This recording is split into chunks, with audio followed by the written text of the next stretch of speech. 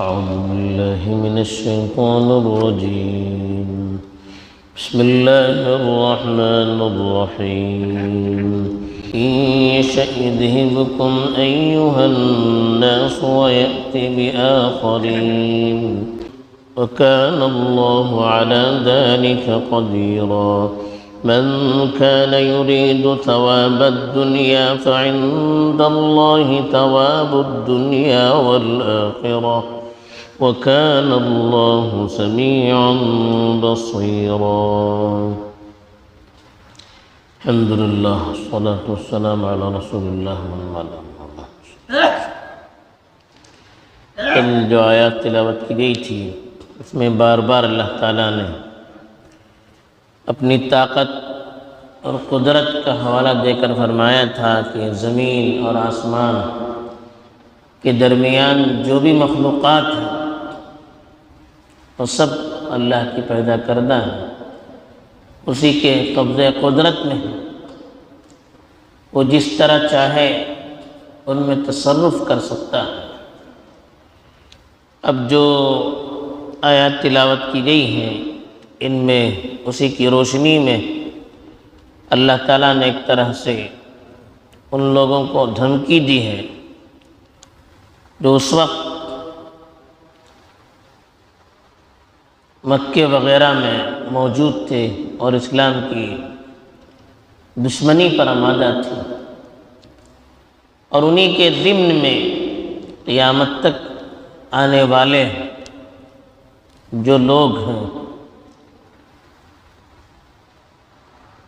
ان کو بھی اللہ تعالیٰ اپنی قدرت اور طاقت کا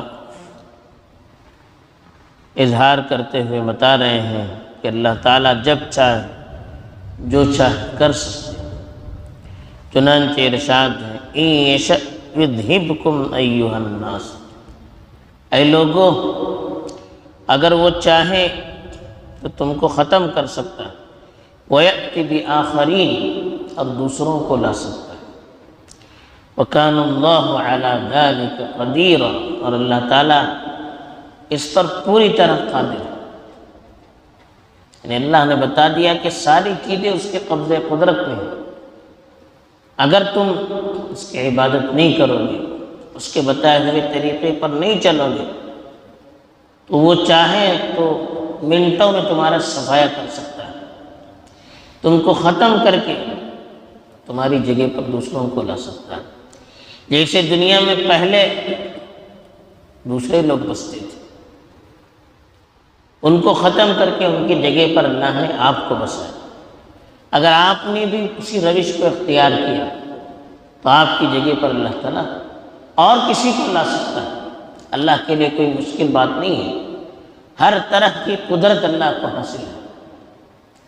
دوسری جگہ بھی اللہ نے کہا تھا کہ یشأ یذہبکم ویأت بخلق جدید وما ذلک علی اللہ بعزیز، اگر وہ چاہے تو تمہیں ختم کر کے کسی نئی نسل کو، نئی قوم کو لا سکتا ہے، اور اللہ کے لیے کوئی بڑی مشکل بات نہیں ہے۔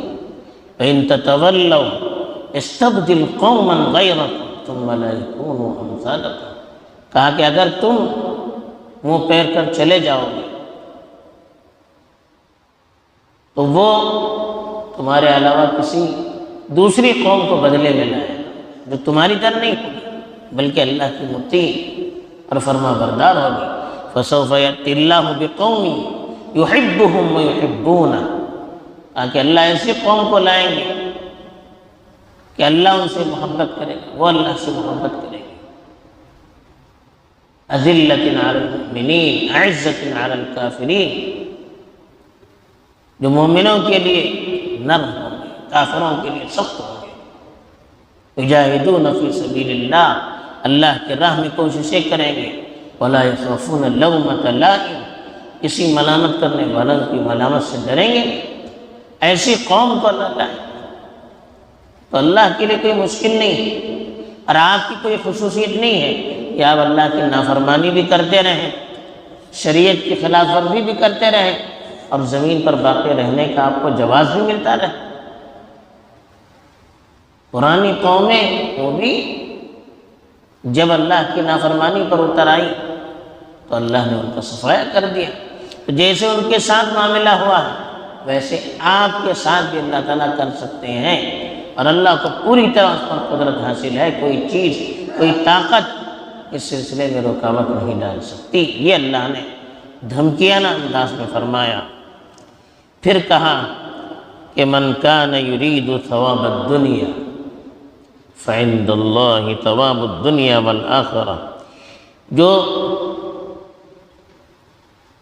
دنیا کی اجرت چاہتا ہے اس کو یاد رکھنا چاہیے کہ اللہ تعالیٰ دنیا اور آخرت دونوں میں اجرت دیتا ہے۔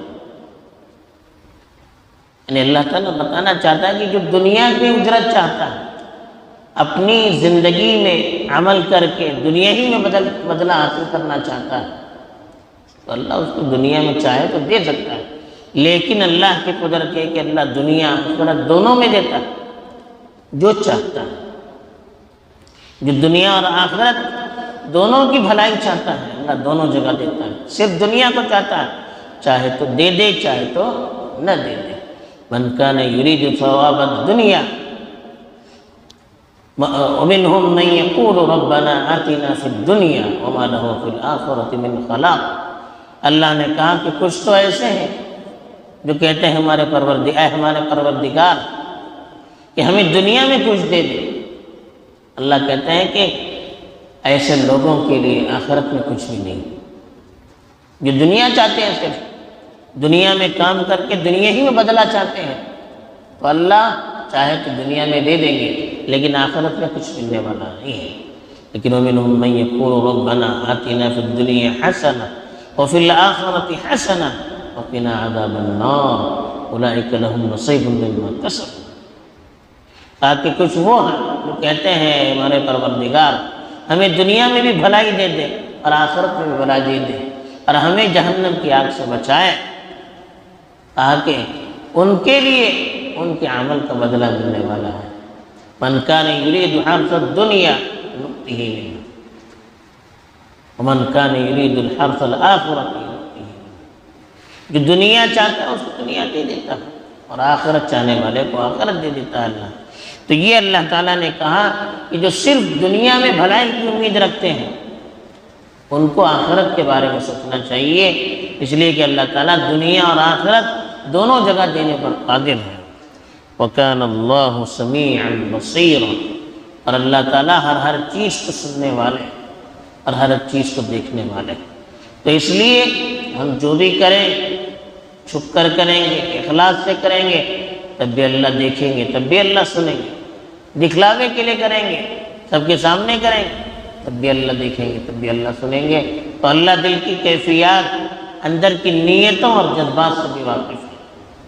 چھپ کر کیجئے، کھل کر کیجئے، ہر چیز کو اللہ تعالیٰ دیکھتے ہیں۔